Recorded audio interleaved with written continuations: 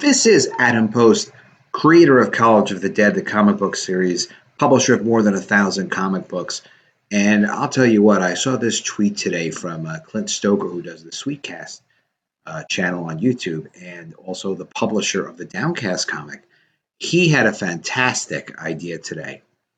So Clint had this idea to do this, to put together a creator code of conduct, which would reflect on Clint as a comic book publisher, as a comic book creator, that he will personally adhere to.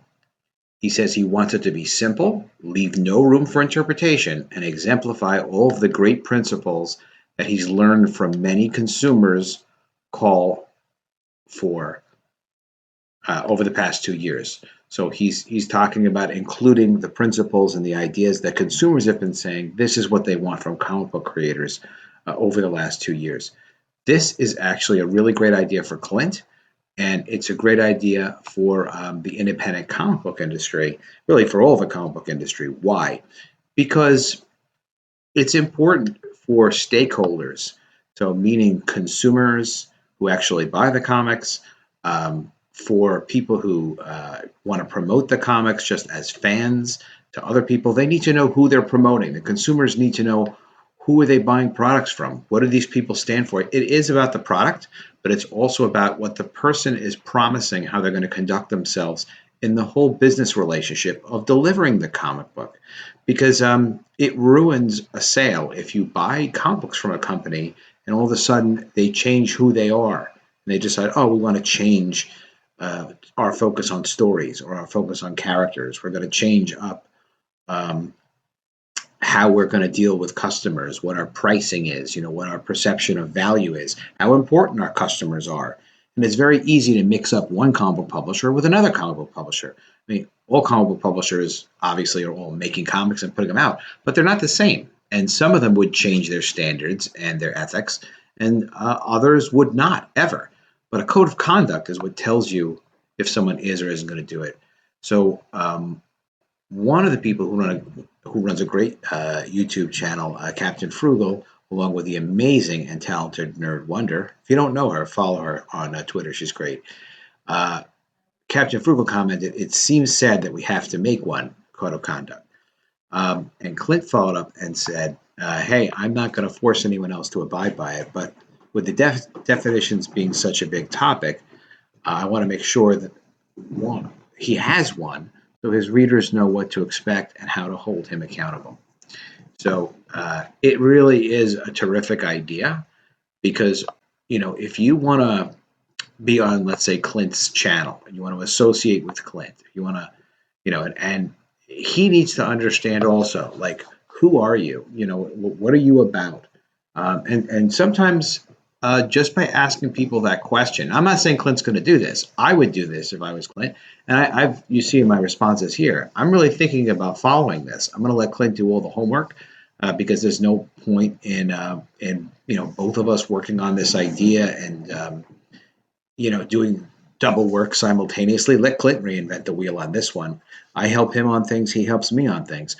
And that's what collaborating is all about. You don't do double the work.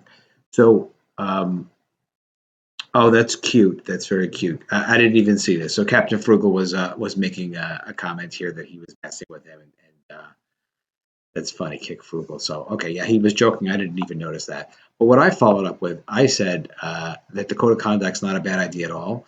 It's a great professional way to let customers, creators, and media, meaning other websites and other YouTube channels and anybody else that wants to cover us, know what to expect from Clint, Cast Sweet, his channel, when he's either on making YouTube videos or he's producing other products and services like his comics or any of his writing.